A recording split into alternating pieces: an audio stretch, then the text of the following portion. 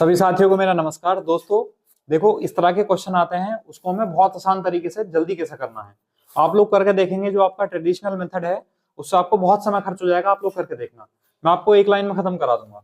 उसने कहा 20 मीटर लंबाई, 12 मीटर चौड़ाई और 8 मीटर ऊंचाई का एक गोदाम है। ये गोदाम है, इसकी लंबाई है, इसकी चौड़ाई है और ये इसकी ऊंचाई है। उसने कहा इसमें 800 बोरी चावल रखा जा सकता है। कितना बोरी चावल रखा जा सकता है इसमें? 800 बोरी। ठीक है। उसने कहा लंबाई को तो कर दिया दुगना, भाई लंबाई पहले एल थी तो लंबाई अब हो गई 2L। ठीक है। फिर चौड़ाई को कर दिया 1.5 गुना, यानी चौड़ाई B है, चौड़ाई को 1.5 गुना मतलब 3/2 टाइम कर दिया। और ऊंचाई में उसने ऊंचाई में कुछ नहीं करा, ऊंचाई H थी, ऊंचाई H ही रही। तो अब बताना है कि अब गोदाम में कितना चावल रखा जा सकता है। चलिए देखते हैं। भाई मैंने कहा पहले जो था हम इसको यूज ही नहीं कर रहे, हम कह रहे हैं पहले L, B और H वॉल्यूम के अकॉर्डिंग ही तो चीजें रखी जा सकती हैं। तो अगर LBH था तो उसमें कितना बोरी चावल रखा था? 800 बोरी चावल। अब लंबाई 2L है, 3/2 चौड़ाई है और H है उसकी ऊंचाई।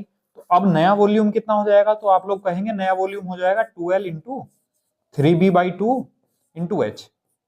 यानी जो नया वॉल्यूम है वो कितना हो जाएगा? 3 इंटू LBH हो जाएगा। अब आप लोग बताएंगे कि जब पहले आयतन LBH था तो बोरी थी 800 और अब आयतन कितना हो गया? 3 टाइम, 3 गुना हो गया। तो बोरियों की संख्या भी तो 3 टाइम हो जाएगी। तो बोरियों की संख्या जब 3 टाइम करेंगे तो कितनी हो जाएगी? 2400 बोरियां। 2400। हमारा आंसर कितना आ जाएगा? ये बताइए, समझ आया? ओके।